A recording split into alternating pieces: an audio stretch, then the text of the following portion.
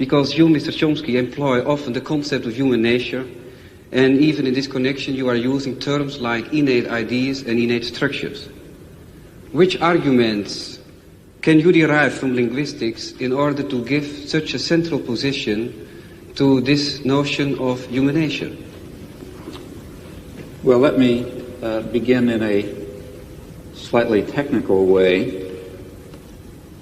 A person who's interested in studying language is faced with a very definite empirical problem. He's faced with an organism, a mature, let's say adult speaker, who has somehow acquired an amazing range of abilities which enable him in particular to say what he means, to understand what people say to him, to do this in a fashion that I think it's proper to call highly creative. Now, the person who's acquired this intricate and highly articulated and organized collection of abilities, the collection of abilities that we call knowing a language, that person has been exposed to a certain experience. He has been presented in the course of his lifetime with a certain amount of data, of direct experience with the language. And we can investigate the data that's available to this person.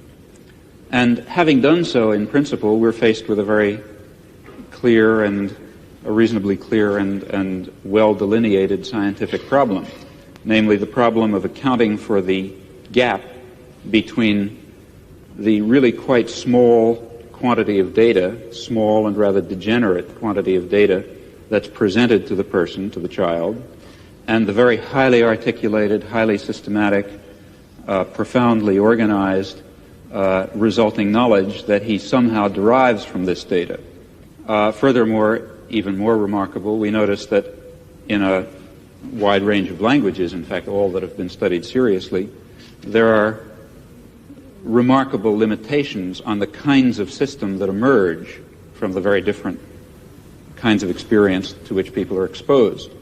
Well, there's only one possible explanation for, what one can say in a rather schematic fashion, for this remarkable phenomenon, namely the assumption that the individual himself contributes a good deal, an overwhelming part, in fact, of the general schematic structure and perhaps even of the specific content of the knowledge that he ultimately derives from this very scattered and limited experience. That is, to put it rather loosely, the child must begin with the knowledge, certainly not with the knowledge that he's hearing English or Dutch or French or something else, but he does start with the knowledge that he's hearing a human language of a very narrow and explicit type that permits a very small range of variation.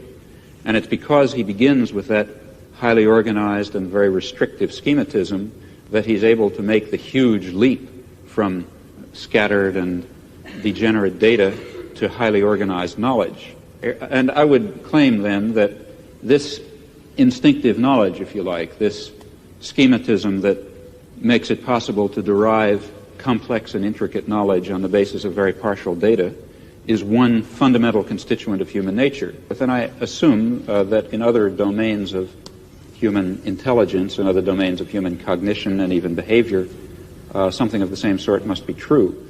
Well, the collection of this mass of innate schematisms, innate organizing principles, which guides our social and intellectual and individual behavior, that's what I mean to refer to by the concept of human nature.